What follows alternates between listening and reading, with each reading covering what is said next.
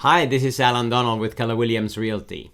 It appears like popular TV shows like Fixer Upper or Flip or Flop on HGTV have increased the overall popularity of real estate investing.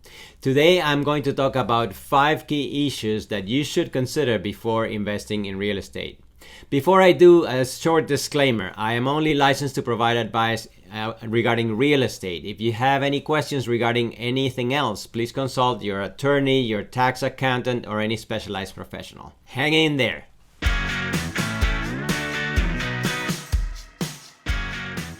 Thank you for staying with me. The first important issue to consider when investing in real estate relates to taxes. First of all, if you own investment properties in the United States, you're required to file an annual income tax return to the IRS and maybe to the state government where the property is, even if you're not a resident of the United States. By the way, non-residents may be subject to a different tax rate than what residents are. Depending on the state your property is in, property taxes may be much higher for investment properties than for owner-occupied homes. For example, in South Carolina, the property tax paid on a residential investment property could be almost 3 times as much what you would pay on the same property if it was your primary residence. You may be able to deduct many expenses, including property depreciation, from your taxable income. Many high-income earners use real estate investments as a tax reduction strategy to build wealth, diversify income, and reduce or delay the total tax liability. When you sell the property, you may have to pay back depreciation recapture and capital gains tax on the gain. To minimize this gain, your CPA can help you build your cost basis that include all the expenses you incurred in purchasing, disposing of, and carrying that property investment. In South Carolina, if you're not a resident of the state and you sell an investment property as a non-resident individual, a partnership, a trust, or an estate, the closing attorney has to withhold 7% of the gain or 5% of the gain on the sale by a non-resident corporation or other non-resident entity. The attorney will ask for a seller's affidavit to determine the amount of the gain that will be subject to withholding. You may be able to recover all or some of those funds by filing a South Carolina tax return for the year in which you sell the property.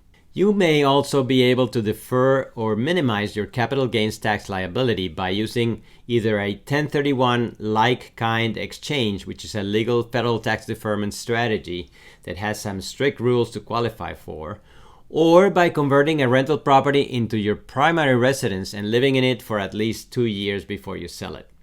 Under current tax law, a primary residence has a capital gain tax exemption of $250,000 for an individual or $500,000 for a married couple. Another issue to think about is asset and liability protection. Most savvy property investors use the liability protection that a separate limited liability corporation or LLC provides in case of potential litigation. The LLC provides an extra layer of protection from lawsuits that otherwise could affect all of your personal assets. The third issue to consider is estate planning. What happens to your investment property if you die? If you held that property in your personal name or a wholly owned LLC, your estate will have to go through a judicial process called probate to be distributed to your heirs.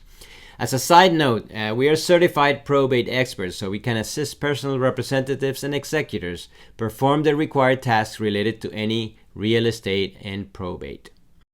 Smart estate planning is key to minimizing costs in case of death. A family trust will cost you a few $1,000s to set up, yet it may save tens of thousands of dollars to your heirs if you pass away, as probate attorneys and the probate court charge a percentage of the value of the total estate. By placing the assets in a trust, you eliminate the need to include the assets in probate process and facilitate the efficient distribution of the assets to your heirs. The next aspect to think about is the estate tax, which is a tax on your right to transfer property at your death. Careful and detailed planning with an estate planning attorney and a financial planner can drastically reduce the amount your estate may have to pay to the government upon your passing. Next, you should consider hiring a property manager. Many investors use the services of a professional property manager who can give them peace of mind and detach them from the day-to-day problem solving that may be required. For example, if a toilet overflows on your investment property, you're not going to get that call at 2 a.m. from the tenant saying, "I need a plumber." Having a property manager in place also establishes a barrier between you as the landlord and the tenant in case there are any uncomfortable issues that need to be handled between the parties. Property managers may also deal with evictions, tenant selection, rent payment, tenant complaints, and repairs. Most property managers charge a percentage of the monthly rental to manage the property and have a team of allied resources and tradespeople that they can call upon to make repairs, cleaning, or landscaping on your behalf. Lastly, you will probably have a much better experience as a landlord if you don't go it alone. Build a team of specialized professionals to assist you as a property investor. A seasoned realtor whose experience selling investment property has excellent numerical and financial skills and who can connect you to a network of proven specialists will provide invaluable to you, especially if you don't live where you own the property. These specialists may include a property manager, a real estate attorney, a tax attorney or a CPA, an estate planning and probate attorney, a financial planner, an insurance broker, a mortgage lender, a home inspector, and finally, a whole bunch of tradespeople, service providers, or companies to help you with your maintenance, repairs, upgrades, landscaping, and any other property needs. I hope this video has answered some of the questions you had or perhaps you didn't know you had about investing in real estate. We have successfully worked with property investors since 2004, and we welcome the opportunity to answer any additional questions you may have.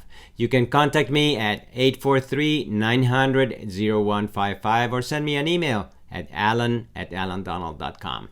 Once again, this is Alan, and until the next one.